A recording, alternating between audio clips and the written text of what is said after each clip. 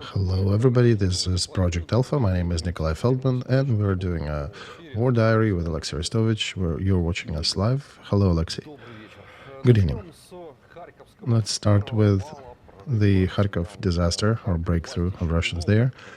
The Ukrainian authorities are looking for guilty, and according to the investigation, the command of 125th Brigade and battalions within it have failed to organize proper defense of their positions on the border of Kharkov district with Russia, which led to some of the Russian successes on this front and the retreat of 125th. So we did talk last stream about 125th Brigade. They actually came out with a few statements and said that they've been transferring data for quite a while, since August till January. Civilian authorities and military leadership had all opportunities to build fortifications. However, that was not done, and defense was impossible to be organized at the area where they were initially located.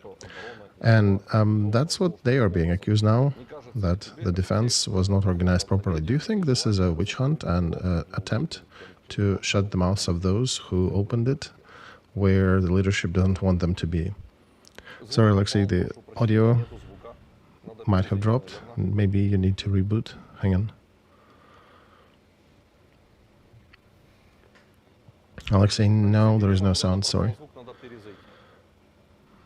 Don't hear you. Perhaps you can reboot your system. In the meantime, while he is reconnecting, please do not forget to click the like button on Alexey's channel, on Alpha channel, on Privateer Station. If you are watching us in English, please support our work. Do we have a sound now? Okay, yeah, we do. Great. All right, this is a complex thing, and ideally we do want independent investigation. The problem is, where do we take independent one? The government that we have and that is run in such a fashion and has a certain ways of punishing and rewarding, I have serious concerns with our government if they are capable to determine the truth. In army, there is a very often used rule, blame the dead. And in these situations, very often, both the ones who are punishing and the ones who are being punished, they're all blaming on somebody who died as the result of an operation or something, and they usually, in Soviet Union, ended up giving a reward to the dead and praising that, yeah, these were the people who did it. And yes, the generals will probably be pointing finger at the brigade will be pointing their finger at generals, and to restore justice, we need to restore a system of military justice, where specialists can follow military documents, can understand the orders being given, could also interrogate the witnesses and understand what exactly was happening on this part of front. But the fact that we had about half a year, from August to February, of this brigade being operative there in defense, that's a lot of documents, right, that can be combed through. Problem is, with our government, I do not trust they will succeed, because yesterday they closed Kievan court, right? 10 years they closed it because of the age. 150 people roughly were killed during Maidan uprising, and this prosecution was given into hands of a very weak team, and there was no government will to continue. I would remind once again, one of the promises of Zelensky's upon his arrival to the president's seat, he promised to find murderers, those who killed people in Maidan uprising. So when, Mr. Zelensky? Appears to be no when, right? They closed the case. Right. What's the main crime in the Bible? The worst one, if you do not count the attack against the Holy Spirit. The next one is unjust court. The country that doesn't have just court system, there is nothing. So you can, of course, take a side of brigade and say that damn generals didn't work well on fortification, and Galushenko, their top head in Kharkov district, was removed for a reason. On the other hand, the leadership may say that this lazy brigade didn't do anything, their neighbors probably didn't want to dig anything. The questions may be correct, but the reason, and the actual guilty party, who actually bears what part of guilt or responsibility for the situation, that can only be determined by the just court system. Without it, it's very difficult to figure out the real situation. I think the soldiers' rumors would be the next best guess to understand what's happening and what happened there, but unfortunately the country cannot work on the soldiers' rumors. And our country, I think our government, caught itself by the tail, like that proverbial Ouroboros snake eating its tail. We have put the military on a pedestal. A lot of them are becoming too narcissistic at this point. And our government continues to hysterically pump up propaganda about our military. And then all of a sudden, there is a situation when you need to reprimand some of them. And if they're saints and heroes, how do you punish them? You'll be going against your own work of propaganda, against the public opinion created by your efforts. While people do understand that the more glorious and the stronger the army is, the stronger the military police has to be. And the army at war has to be contained very strictly. Not that they're preparing some turnover or a revolution or something, a coup, but because they very often lose the bearings. War is hard. And that tendency to solve things with a machine gun, that needs to be stopped. And good people need to be correcting military actions. There has to be a wide spectrum of measures used, complex propaganda, including, of course, the harshest terms as well. So here, finally, at some point, they decided to punish somebody hard enough. I would remind that in Russia, they have 6 army commanders under investigation. If we discount the case against Zelensky and his officers, this, I think, would be the first case of punishing officers of the level of brigade commanders. Some of the investigative committees are now saying that they are also looking in the organizations organizing tactical and logistics for these parts. So if that is true, that will be the first time in 2.5 years when our government finally started to shake military by the lapels and ask them, what are you doing? Of course, everybody are heroes, but if you do not control your heroes, then you start having issues in society. That's why the government needs to work as a machine. It doesn't care about what kind of hero you are, and if you are responsible for a situation, you will bear the punishment. And could it be treated as a systemic approach to keeping military at check? That's a serious question. Not sure if we can count that yet. Looking at the amount of rhetoric coming out of President and his office, it could be an attempt to punish somebody. And even that is better than absence of punishment. Even if they handpick just a few to be punished, probably somewhat responsible. And according to Sun Tzu, to understand the army and society, look at how the reward and punishment are handed out. And I'd say that we are definitely not effective with this. It would be good if we figure out the balance. What's interesting here is that commanders of brigades, they actually use all tools in their tool set, from swear words to calling the military police and their subordinates when they do not listen to them. Some of them, of course, have lost their struggle for power with their subordinates. But when you investigate them, their reaction is, why us? What for? So it's a good general moment, but it should become a systemic approach. Of course, the prosecutors should not be standing over your shoulder all the time while you're fighting a war, but if you made a serious mistake, a serious systemic mistake perhaps, or failed to consider consequences of your decisions, there are actual articles that could be and should be used against these commanders, because it's rather easy to command military structures.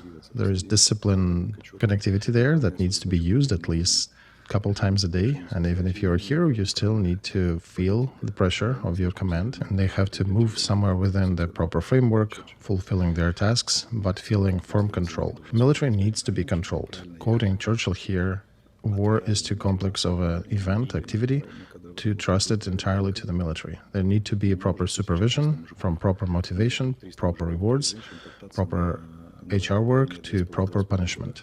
Because 1.3 million people fighting the war for 2.5 years with guns shooting left and right cannot avoid committing crimes. We're humans. And that's why there's got to be investigative work. There has to be punishment delivered whenever it's needed, or a reward where it's due. Right, this is a huge organization. I think in the history of modern Ukraine, this is the biggest organization that we have. Well, we understand, Nikolai, that the person who puts a military uniform doesn't automatically become saint. He still remains human with all the flaws. 1.3 million. Among them, there would be criminals and sadists and scoundrels and just bad choices. And you need to correct all of them. All of those. Some of them need to be corrected, others need to be punishment. Some people need to be expelled from military. And the work needs to be carried out systemically. Problem is that our country does not have an act for systemic work on any of the directions. Expel from military, Alexey, that sounds interesting on the backdrop of mobilization. Well, I understand, Nikolai, but army should not be a punishment, right? For example, if the person continues to leave his detachment, why do we need him in the military? He needs to either go into prison for these leaves of absence, or perhaps go work on the fortifications. Can we provide enough control? Can we provide enough control for them to remain at the front, that if we continue giving him weapon, that he actually still functions and fulfills his duties? You know, every person is different. Some people, probably a minority of them, those who like fighting, who actually go into attacks. There are more of those who will do the fighting, but they're not too giddy about it. There are others who will not fight, who will stick the bayonet in the ground and refuse to. They need to be punished or removed from military. And then there are generals who arguably do a lot more harm to the military as long as they stay with it. That's why that system needs to be working. So what can you say about colonels and generals, Alexey? Oh, there are different ones. Galushenko, do you think he was removed at the first day of Russian invasion from management, and Drapatov was removed from a different place to fill in Galushenko's position in Kharkov district? So those who are blaming 125th Brigade, have they dug into Galushenko's removal? Perhaps.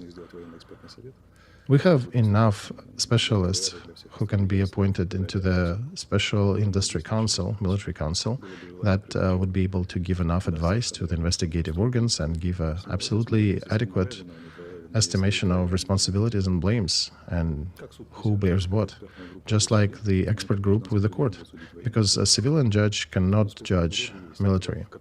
Okay, we have some prosecutors who figure things out more or less, then the investigative organs understand what's happening, but then it goes to a civil court, and civilian judge doesn't understand the difference between a company and platoon and division. And how do you judge then whether that decision was carried out correctly? Were the military documents properly filled? This is almost surgical. One needs to understand all the nuances. For example, to a civilian judge, a question such as, what's the difference between preliminary combat order and the actual combat order? Right, that's definitely a special sphere of court system, Alexey, right? If they are divided into different administrative, civilian, criminal courts, we probably should have a special set of military courts, because I don't think we have one. Yes, indeed, we disbanded that as a system. And now, next question, when does a guard become a sentinel? And there is a huge legal difference between them, because the guard can use weapons in a certain fashion, while the sentinel has other restrictions. When they're guarding a military facility, if they have shot a civilian, how should they be judged? Who knows that from the civilian court?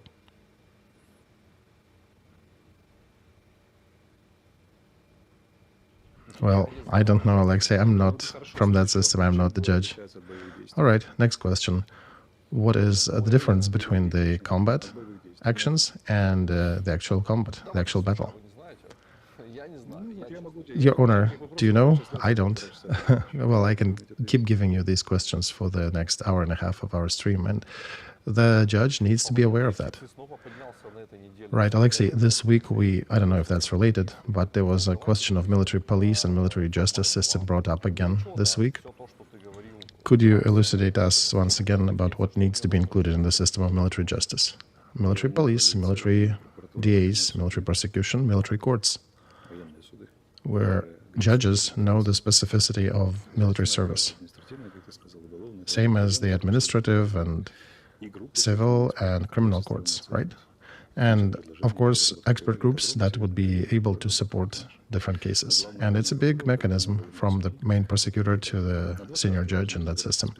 There should be attorneys who also dig the details of military.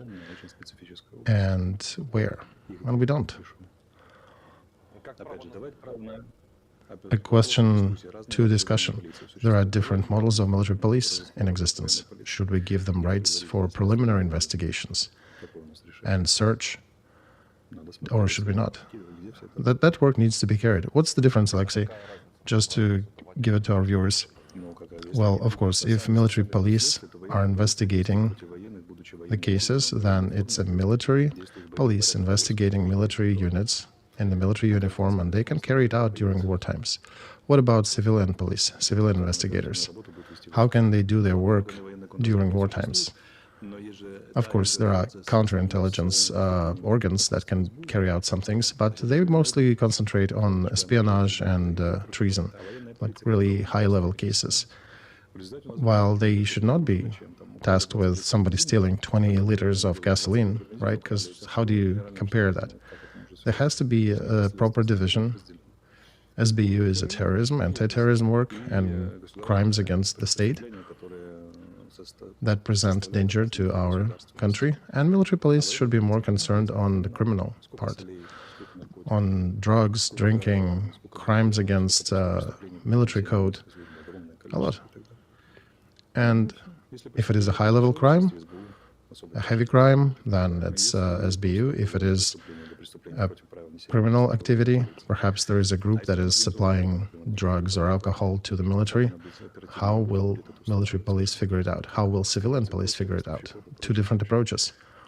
Who will be conducting preliminary investigation? Prosecutor's office? Good luck doing that in Bakhmut area when the detachment is fighting, being mostly surrounded. When military police is given an order, they can get there and they can work. What about civilians? I don't think they can. Do you think military police can have informants and their system within the military? What about civilian? What's the legal framework for that? A lot of questions. There has to be a system. But any dumb system is much better than having genius, non-systemic actions. That's our problem. All right, Alexey. Also, this week, The Economist made a publication. I think it had relation to Kharkov situation as well. And the headliner said that Zelensky might not be reported all details of the situation on the front. They imply that he is guessing that this is the situation, and he's yelling at the military. Right. The publication says that Zelensky feels that he is not getting full picture, and the source of this publication also said that he is raising his voice at his subordinates. So, as you said, not only brigade commanders, but also a president can raise his voice. Nikolai, that reminds me the anecdote about uncatchable Indian Joe, who noticed on the fourth day that the cell is missing the fourth wall. Right? When did the president start guessing that he is not getting full data? The quality of politician or any manager can be determined by very simple criteria. How well can he create alternative channels of data? Because subordinates will most likely, most often, will not be telling all the truth. So one of your main goals is to create enough robust channels of data delivery so you could compare different sources. We unfortunately have other grandeur plans about either combining two intel services together or aggregating and joining everything. So we're manually eliminating these different sources. And he would be getting reports from police, for example, from DAs, from investigative services, from intel, so you could get a more robust picture. For example, SBU could be working in Kharkov district and telling you, and just verifying, perhaps they have a spy working somewhere in the administration. And it's not a joke. The whole head of Kharkov SBU turned out to be a Russian agent at the beginning of this war, if you remember. And Yeah, it was still not clear, Alexey. No, real deal. They're investigating and there's a lot of data and a lot of proof. Yeah, they're saying he's a real spy. So, aid to Ukrainian security services of Kherson, SBU of Kherson, the head of territorial defense. Also, two people in President's Guard turned out to be Russian agents, by the way, so you'd understood. They were guarding all of us. They were walking by us with their automatic rifles. They could have shot all of us there. That, by the way, back to the question whether we risked our lives in the bunker at the early days of this war or not. And do you think these are all the agents that Russia has? So, yeah, And we were also consuming food there that could be poisoned. There could have been a lot of things done. And this is a real factor. It's good when you have alternative, independent sources of media, so you can compare and ask, why Petrenko gathered this data and Ivanenko did not gather this data. Perhaps let them argue between each other and press their points of view. And that's how leadership should be able to work when needed. And when generals are lying, it means the system is not working. And you need to run the tests through different data chains and make certain cadre decision and build these chains. So make sure that you do have real information coming from the areas, from the ground up. I don't know how true is that data about him yelling at his generals, but basically whenever he needs to yell at a general, that's a failure to organize. Okay, perhaps he does not understand the specificity of certain command aspects, but he should surround himself with experts who can help him to estimate it. Does he have those people around him?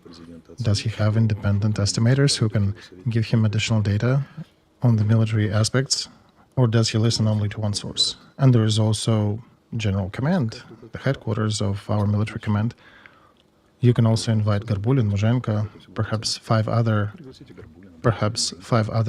heads of different branches in the General Command, so they can qualify the suggestions by the advisors and Office of the President. If the manager does not have alternative, that's about nothing. So basically, you're implying that it's in the interest of the President to create different communication routes that perhaps... Right, exactly, that's what I'm meaning, that between all these data inputs, he'll be able to discern the actual reality. And it would be good to also have an advisor on the national security who understands the matters of security, military, and special services like they have in the United States. And there are two different ways to work with it. One of them is to react to a situation. This is a losing strategy. Another is to form that situation. So I would ask questions, what would be the instruments to form it with military, with veterans, with special services? Where are these tools? Where are these mechanisms? I cannot see that. Exactly so. So you also asked, what did the journalists of Economist think about the situation? They indicated that the statements of their correspondent were coming at the time of Russian invasion into Kharkov district and military upset on the Ukrainian side about the success of Russians. The publication also highlighted that some people criticized the slow walking of the Western supplies that weakened Ukraine, but other sources also highlight that incompetence or perhaps even treason played a more significant role in the Kharkov situation. All right, then we should be investigating that, right? Incompetence, perhaps treason, everything we talked about, Nikolai. But there is a nuance, and I'm quoting that famous movie, Ivan the Terrible changes his occupation. How did you lead to that situation? And what if Russians now attack Sumy district? Or like Umerov is saying, there'll be 300,000 coming from the north? What will happen to us with this organization? There'll be a big foobar with a lot of Fs in there. Yeah, let's talk about Umerov's statement. This is hyper-actual, as they call it. It appeared right before the beginning of this stream. Do Russians have these 300,000 troops? Where could have they found them? No, they don't. I think this is a delicate way to scare the West a little before the Peace Formula Summit. Because where would Russians take 300,000? That's basically half of what they already have on the front in Ukraine. And how will they equip them? That's absolutely unclear. All right, perhaps they have somewhere in the Siberian forests those 300,000. And I keep hearing about these 300,000 for the last 2.5 years.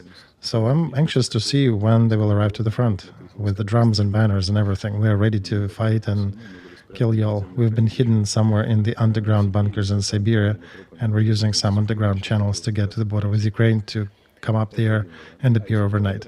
So that's one version. The other is they pulled it out of their asses, and this data is fake. This is just used to scare the West. Because if they really have 300,000, we can close up shop and turn the lights off. We will not be able to hold that much. It's technically impossible for us to hold additional front for 300,000, and we don't have arms to hold it. So a question now, does Umerov understand what he is implying with this statement? Any person who is not even full-scale military cadre, but just started to dab into these matters during the war, they understand that Russia doesn't have 300,000. Because if they did, they would have been walking across from here to Crimea and from east to west several times, and we won't be able to do anything about them. This is a screaming information, if it is true, right? But there is no scream, you know. They just made a publication saying, well, 300,000. If it is an invented 300,000, perhaps he should have reconsidered and invent something that's more close to reality, maybe 120,000 or 150, even though 150 is a bit too much. Give us 2 Patriot systems because 300,000 will come. You know, that's not really matching ask for that kind of threat. So not realistic, Alexey, right? Right, he should keep himself in the framework of reality. It's like Stalin told Zhukov when Zhukov reported that they destroyed 900 Ferdinands of Germans during the fight for Kursk, while Germany only made 90 of them throughout the whole war. Stalin said, well, I understand we do not feel sentiment for these damn Germans, but we should be more actual. All right, after our previous stream, where we gave some information about the risks that presents the current registration system to the active military duty personnel, that requires everybody to update their personal data in it. Ministry of Defense came out and appealed to the servicemen to not install this app on their phones, implying that it led to the overloading of a system and the system does not need their data. In your opinion, what was it? Well, that's how it all works here in Ukraine. They listened to us, figured out that it was a mistake, and came out and said, hey, let's do it differently. Right? That's how we make all decisions. Guys, let's make it this way. Well, no, this way it won't work because it's anti-constitutional and the app is not working. Oh, okay, next day they come out with a statement saying that, yeah, it's so, but we corrected a couple of things. And that's how we do everything in Ukraine. And that's the communication on the key topic during the times of war, right? Matters of life and death. By the way, see how disciplined I am? Oh, you updated your data? Yeah, first day. And with surprise, I discovered that some data was faulty there. Not a surprise to me, really, but, you know, this system is rather funny. And I think it is still a fake that Russians already announced that the data from the system is already for sale. But knowing our intricacies and inner works, it definitely could become for sale at some point. Everything was built helter-skelter on a school application. It got stuck and rebooted several times during the first day and needs a lot of clarifications about the process of work.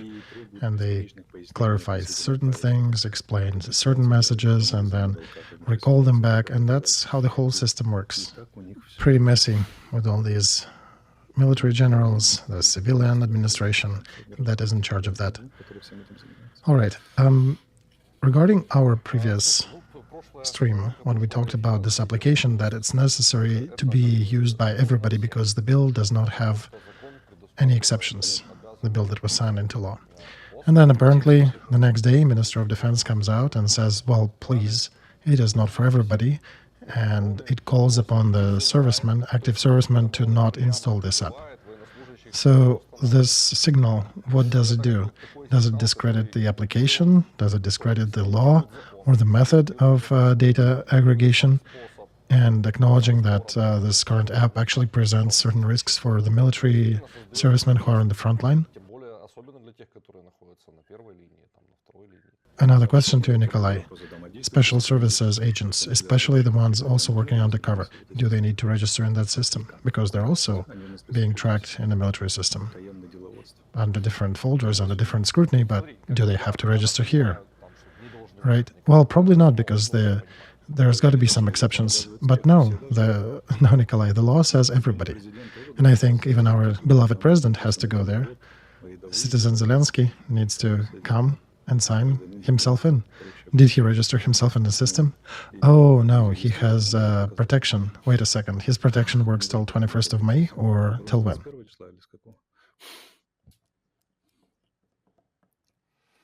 Смотри, я не то, чтобы поерничать или поиздеваться, мне непонятно, как бы, не только... Мне тоже непонятно, я просто задаю вопросы.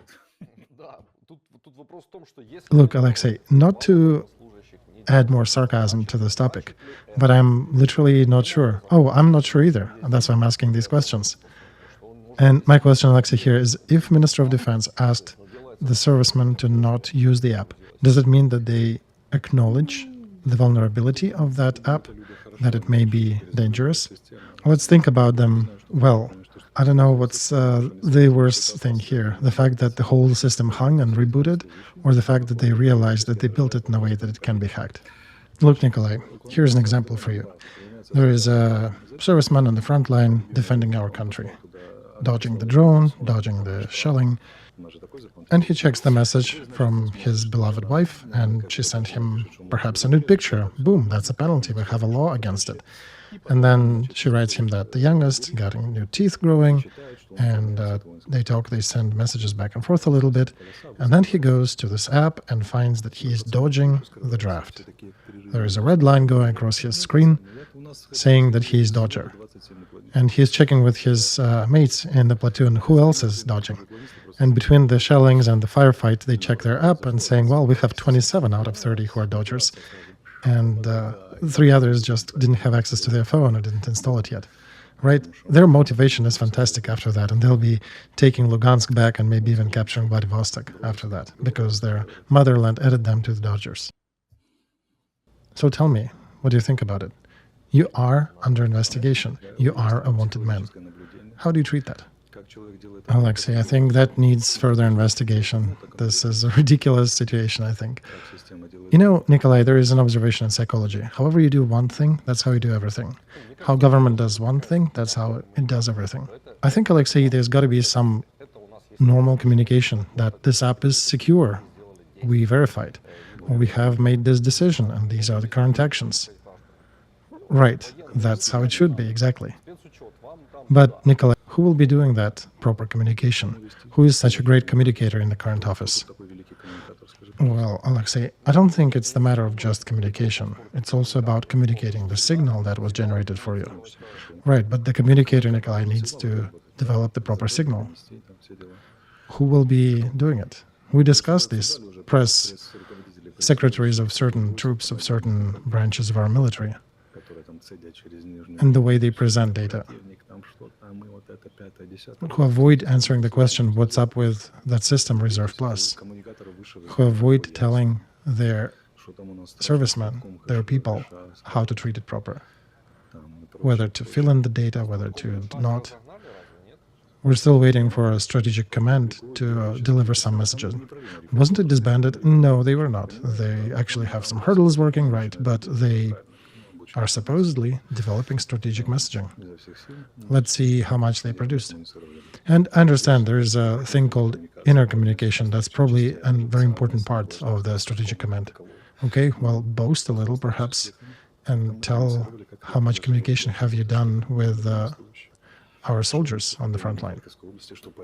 Stratcom, how are you doing there? Are you not coughing? Feeling well?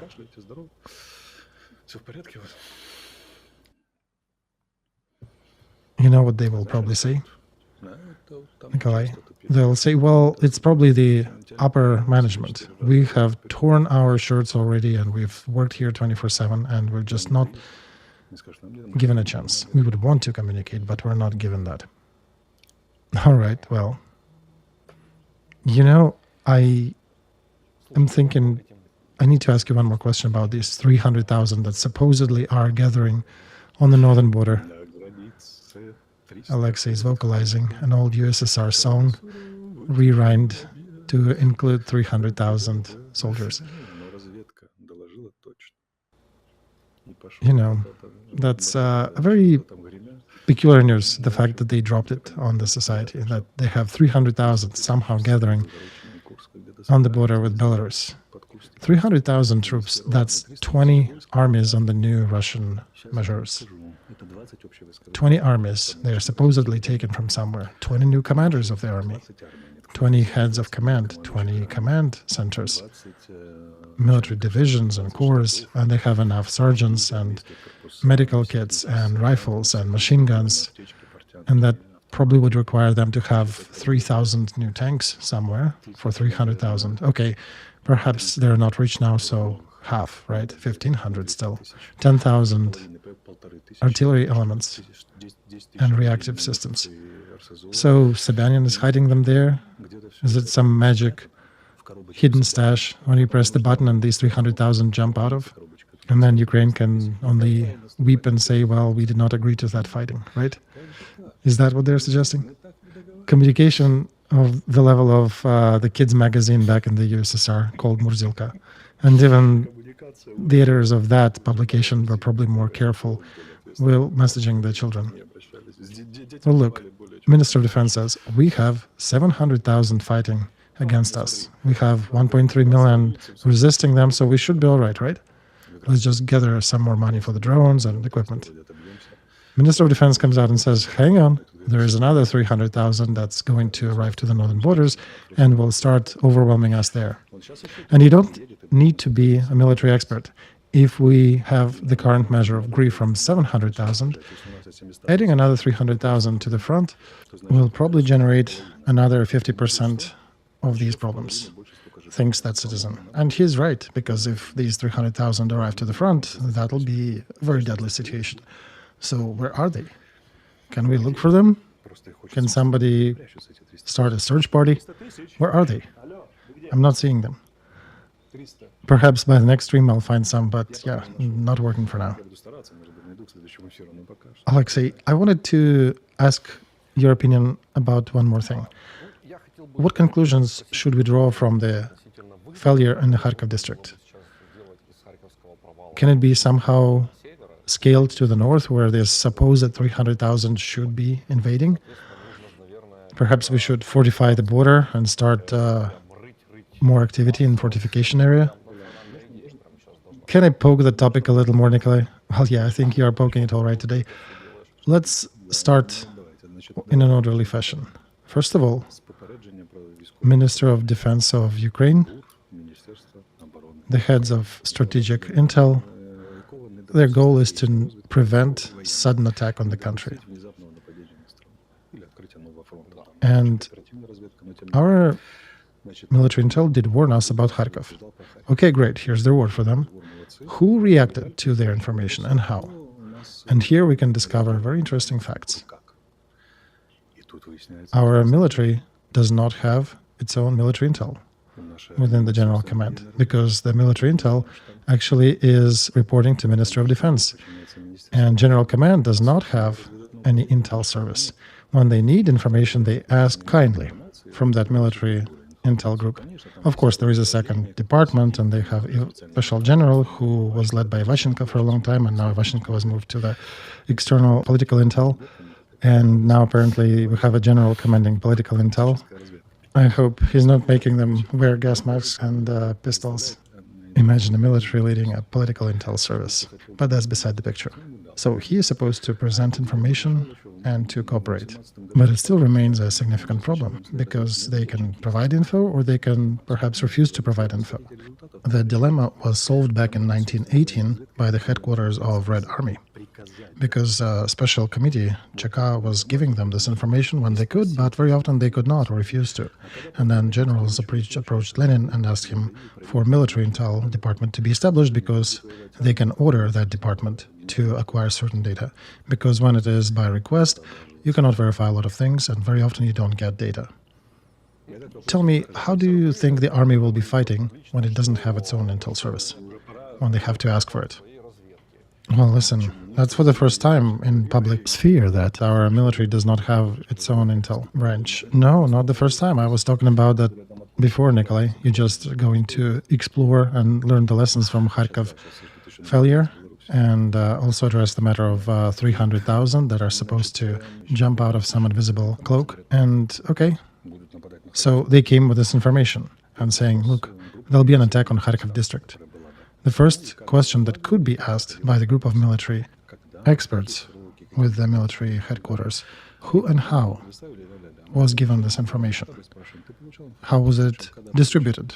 And they can say, well, that's how. And then they can verify with the head of command, how did you get the message? What did you do with it? And then go down the chain and see what happened where. And I assure you that if you follow with this experiment, you will have a lot of surprises on all different levels, from the beginning impulse to the very bottom. And you can also do the same check with the Kharkov civil administration, who and how was building fortifications. That's about different communication lines. Now about preparation. How many organs do we have responsible for building the fortifications, do you think? Well, looking at the Kharkov story, there is, 6? Yes, 6. So military, then civil administration, and then as you go deeper, there is Ministry of Defense as well, General Command and his apparatus. These are two separate things. Transportation Service, Federal Transport Service, they are the engineers that are aiding and digging. Then local administration, military administration of the region, and also civil companies that were supposedly paid for the service through the system of Prozor or whatever we have, who got the contract. So do you think if we have 7 nurses who have a child without an eye, how many eyes will have our current child? You know, there is no order. There is no order in our system. It reminds me of another anecdote, a political one from the USSR. What are you sitting for in jail? Well, I'm a plumber. I got to the central committee to fix their toilet and looked at that and said, you got to change the whole system. And that's how I got 15. You and I are these plumbers who've looked under the hood and said, oh shit, we got to change the whole system. But you don't even need to replace it. Perhaps just straighten it, make sure it works.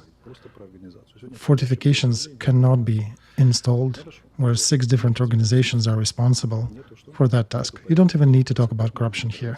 You can just talk about management and organization. So what? We're lacking proper army intel under the central command, and we're lacking the order to construct fortifications. How are we going to repel the attack from Russia? And how is it possible? It's probably possible, but will it be convenient? Will it be effective with that organization system? Now, if in Sumy district the situation will repeat and some Russian troops will get across the border, do you think who will be found responsible? Well, looking at the current logic, right, they'll be looking around with the flashlight and looking for the guilty party. Who's in charge this time? Okay, 125th Brigade, we got it. Right, let's find them. Who's guilty? Who is at fault? Who led to failure in Sumy district? Gentlemen, have you done that? What about you, lady? All right, damn it. Where do we find those who did? And they'll probably find the 126th Territorial Defense Brigade, although no, 126th, that's a good one in Odessa district, but some N number brigade. And they'll accuse them. You people were sitting there and refused to fortify the area and failed to prepare 100 kilometers in each direction of fortifications. What were you doing here? And brigade commander, if he was properly educated, he would have repelled back and he would have said, well, look, how long is our defense district? Okay, that much. And what about Territorial Defense Brigade, which is usually 4 times smaller than the military brigade? So I'm in charge of maybe these 4 kilometers, maybe 5 kilometers, up to 10 max. That's what I'm in charge. Everything else around me, to the right, to the left, that's not to me. And then all of our military anarchists will figure out what it is to actually do the proper paperwork. Speaking of paperwork, why our Ministry of Defense and all these bureaucrat apparatus up above have not they removed the pressure of bureaucracy from the officers. Because there are people who graduated in the 98, same as me, and 99 was also a good graduation year. After that, the quality control was much worse. So experts from that group, they calculated recently that we do have a serious issue, because a commander, an average commander, a month has to work about 100 hours extra that are being added daily or weekly too. So speaking in common words, he physically cannot find man-hours to fulfill this amount of work. And every time he is getting more and more dumped upon them with every week, in addition to the already existing requirements. So army is paralyzed. It cannot fulfill a lot of things. And a lot of them can be questioned if investigated properly. And commanders who are poorly prepared don't know what to start with. And a lot of our commanders are not cadre, so they don't know how to, and they're not businessmen who have extensive experience organizing events and things. So daily, our officers on the front get more and more work to do, more and more bureaucratic work to do. And they physically cannot do it. It's as if, Nikolai, you got an order now, with an actual military order, to conduct daily 76 hours worth of screen time. You can be fantastic, but you just can't. So here's a commander of a brigade. I'm getting good examples from some of them. And I have the print screen of that telegram. Commander has to facilitate support of Ukrainian language in his troops.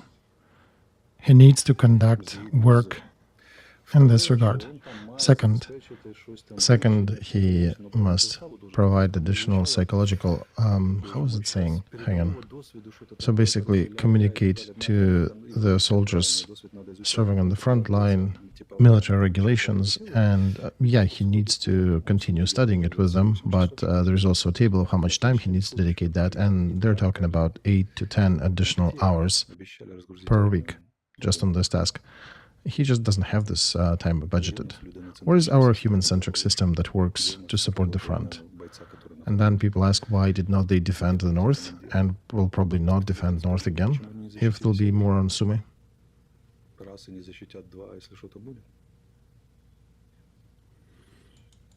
And I named just 3 items. Overloading of commanders with functions they should not be carrying out, the torn communication chains. A third would be fortifications, and I can easily bring another 10, but we'll be discussing till morning here, and that tells how much are we working to prepare to repel Russian invasion and continuous Russian attacks. They're just not doing anything, Nikolai. They are not conducting lessons learned, nothing of that kind. Listen, I do remember that at the beginning of this war, the first months, even President was conducting special meetings with regions, where the regions that actually were not performing that well, the aspect of fortifying their territories, he was bringing up as an example the other regions which were much more successful in this work. And right before our stream, I was talking to a soldier who is fighting in Kharkov district. He was bringing his experience that at the beginning of war, he was driving from the western Ukraine to the eastern side, and he was going through Kryvyi Rog district, and he was mentioning that the fortification work done there, they even used water canals, barbed wire, concrete fortifications. He remembered that seeing that, he understood nothing can pass through that district, neither armor nor infantry. If we had the same thing, he said, done in Kharkov, like in Kryvyi Rog, perhaps at the beginning of war, and everything done in Kryvyi Rog was already done during the war, and they already were facing some threat from Russia. They actually did punch and try to get there, and yet they still managed to fortify the area. So that was the first months when everything was done ad hoc, when there was no special preparation or no special designated orders and teams dedicated to that planned work now. Why they're not conducting these meetings now? Why they're not exchanging that experience? Well, right, Nikolai, I don't know if they do right now, but I can tell you how it should have been done, right? So president should call upon the head of the military administration of Kryvyi Rog district, should question the administration who and how was developing these fortifications.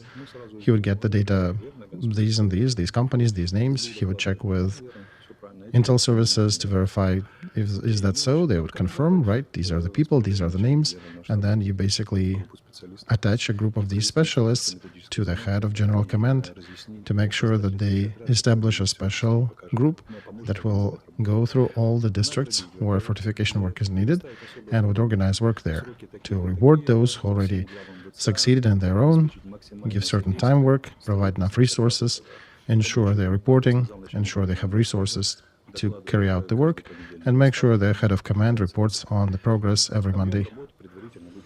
And the scope of work should have been calculated by these specialists. The second group should figure out how to build it. A third group should be conducting audit and verifying that everything is built according to the plan. And that's how you do the system. And you create it and you send it to work. And then, attention, those who failed to do that, those who failed to perform, we understand all of your previous awards are great, but goodbye. And perhaps you need to change 20 out of 26 heads of regions, then change them and not just replace them, but actually punish those who, and reprimand those who failed in military times to conduct the work of prime importance. Perhaps give each of them 9 years in prison. Oops, that would be an interesting example to others. And then send specialized groups to verify, make sure that fortification is being carried out, that the work is going on, that money are not being stolen. And that's how the government works. That's how the state should work in this case. Very simple. All right, a masterclass from Alexey Arestovich. Nikolai, it's simple. It's very straightforward. In 3 months, you'll have a working system, building these fortifications to the code. And it's nothing too complex. It's specialists who know how to build. Your task is organize them, give them resources, and get them to work. All right, another important case I think deserves our attention that happened in Transcarpathia district. It's very characteristic. I think it is told that 2 persons attacked a border guard, took away his weapon, and ran across the border to Romania. A signal mine alerted border guards team about 2 people crossing the border. One of the border guards made 2 shots in the air to stop them, to warn them. Instead of that, 2 perpetrators attacked the border guard, took away, wrestled away the gun from him, and made more shots and left across the border to Romania. Nikolai, I think we're being lied to. Let's play Sherlock Holmes here. 99% it's not true. Question number 1. What does a border guard do armed with a pistol fort next to the perpetrators? Do you remember the arms the border guards carry while carrying out their services? Right, they should have rifles or machine guns. Right, exactly. Why did he shoot from a pistol? Do you mean it's a word weapon or something special?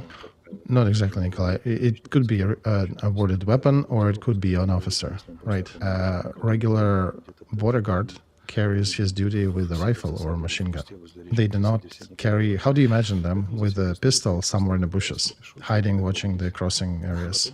No, I think the real story behind that is that these people agreed upon something and then did not agree upon something. And he made some shots in the air, and then they took away his gun and shot in his direction 5 times and didn't want to hit him, or perhaps just missed, or maybe they interrogated him about something, and then after that they took the gun and ran across the border. 99% there was something like that happening, because if one is lying, they need to explain the details. Where does that pistol fort come from? Our bodyguards now serving their duties with pistols? That doesn't happen even peace times. All right, so it sounds more like a scheme of crossing the border. Exactly, a failed scheme when they did not come to an agreement. But indeed, it's a very characteristic story. If the bodyguards are shooting in the backs of those who flee from the country across the border, then those who are fleeing will eventually start shooting at the bodyguards. It's the law of nature, how things work. And one has yet to see how far will this mobilization and the way it is being carried out will take our society. Well, by the way, part of the implementation of this mobilization is information support. Right, and that system reserve. Oh, reserve plus is a whole other story. But informational support that is actually figuring out what to do with the panicking citizens. During the Second World War, citizens who were panicking were being shot, said Natalia Mosychuk in her stream, asking a question how that should be done now. Do you think this statement of a question is adequate or not? I have a question then. Nikolai, Natalia Mosychuk, is she part of the informational support of the government initiative or an independent journalist? I think she's part of the government support now. Since when? And did she inform public at large that she is no longer a correspondent, a journalist of 1+1 channel, but now is a official administrative support for the bill? Media support? I think our society already figured that out. Well, this is wrong. There should have been an official signal that I am Natalia Mosychuk, is no longer a journalist, or perhaps a journalist, and am recruited to support these efforts of our government, so we could understand whether it is her personal opinion or whether it is a signal coming from the government. Again, is she a hired voice or is she a volunteer voice? If she is a hired voice, she should not be making these statements that if there are panickers, there are certain law aspects that could be used, etc. But if she is a private citizen, just posting her opinion, then yes, she can have more freedom. Well, Alexey, she only asked a question. Nikolai, exactly. The signal coming as a question is not a communication from the state. The state does not communicate like that, should not communicate like that. The state should outline, here is the number of people who are panicking, that's how much harm are they doing, and these are the measures. Our special group is developing a certain bill that will address that via this committee and this law. And will probably involve military and psychological and other experts to figure out how to work with the panicking citizens. And this communication and style of posting an open question, what to do with the panickers, well, if our military regularly is sending messages about horrible attack from Belarus, from 300,000 attacking from north, about some attacks on the trains that are going across the border with Poland, and these rumors were being sent daily during the last 2 days. Are these panicking individuals or not? And many of the initiators of these messages are district attorneys or generals, the real ones who are sending and forwarding this idiocy. I still don't understand what happens with their brain when they see these messages and think that it's necessary to forward it to 100 other people. Because one understands, especially in the military, that to attack from the north, one needs to aggregate a lot of resources, which we're not seeing. And then it gets out to people at large, to journalists such as Natalia Mosychuk, who reach out then to everybody asking questions. Will there be an attack on Kiev? Should I be taking my kids out of the city? And then another question is, who is panicking here, right? Ask Natalia how many others did she forward this message to? Or should I send the messages? Well, I'm not going to send messages between me and her. I'm not forwarding my screens and private communications. But I would say that in my communication with her, you would find a lot of questions about panicking. And then one can ask a question, is she a panicking individual, having forwarded certain messages to hundreds of other people?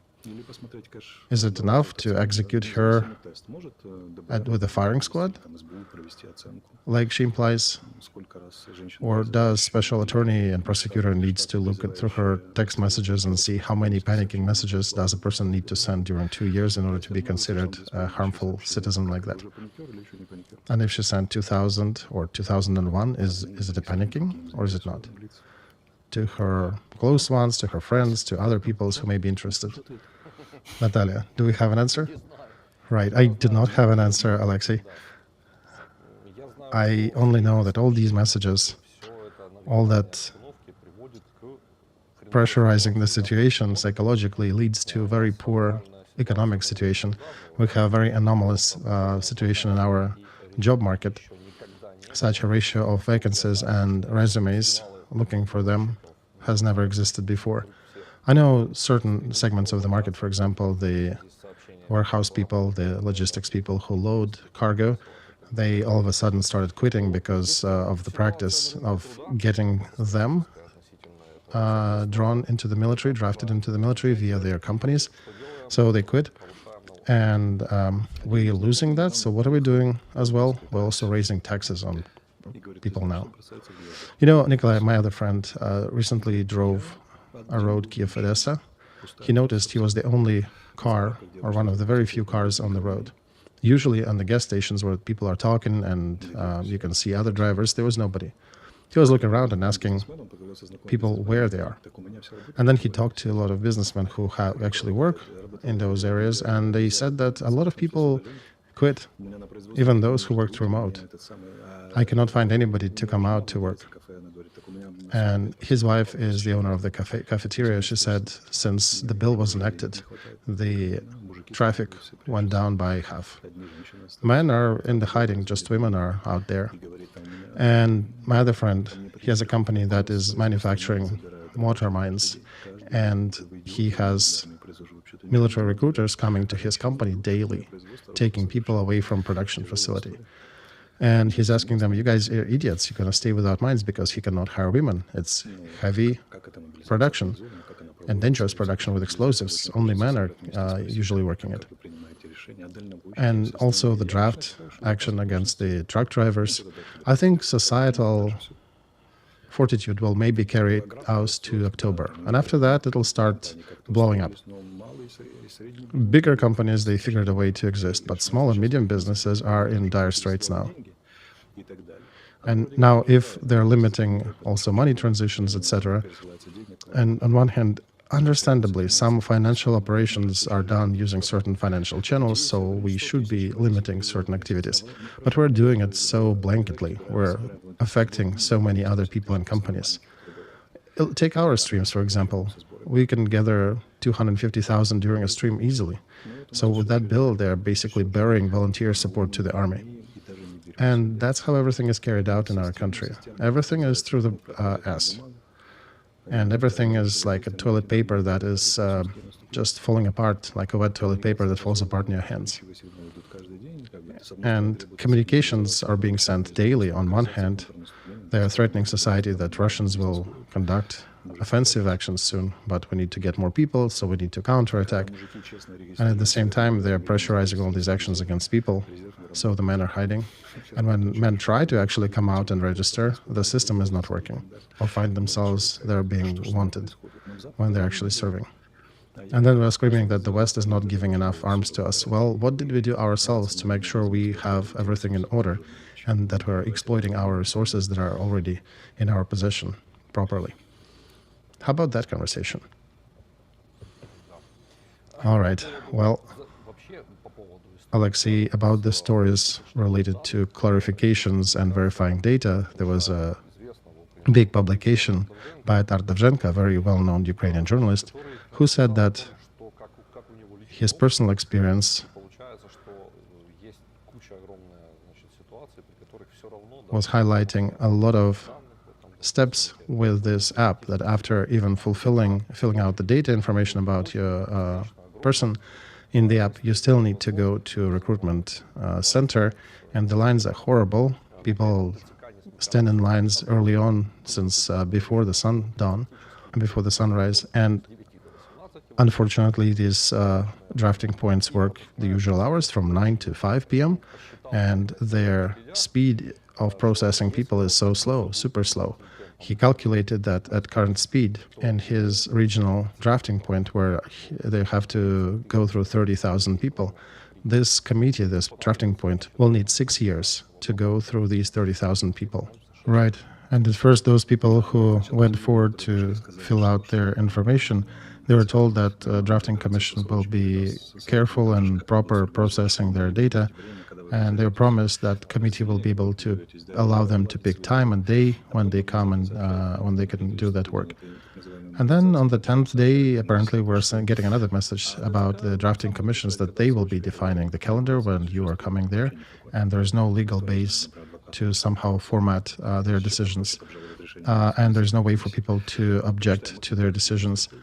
Maxim Plachty, another rather well-known publicist, is writing that economic bloc of our government needs to quit summarily. Such dire incompetence will probably kill our country. All the businessmen that I know have either relocated their businesses to other countries or in the process of doing it, or in the process of actively studying this question. A lot of them close shops. Everybody whom I know are minimizing their losses, laying off their personnel. The patriotism and support to a government is gone.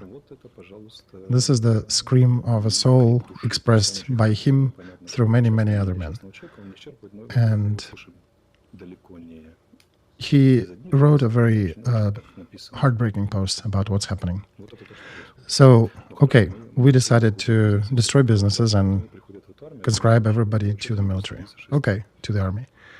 You know, and then they come to the drafting point and figure out that it'll take 6 years for them to be drafted. You know, in that time, Russia will aggregate 300,000. Alexey, I have a hypothesis about what's happening.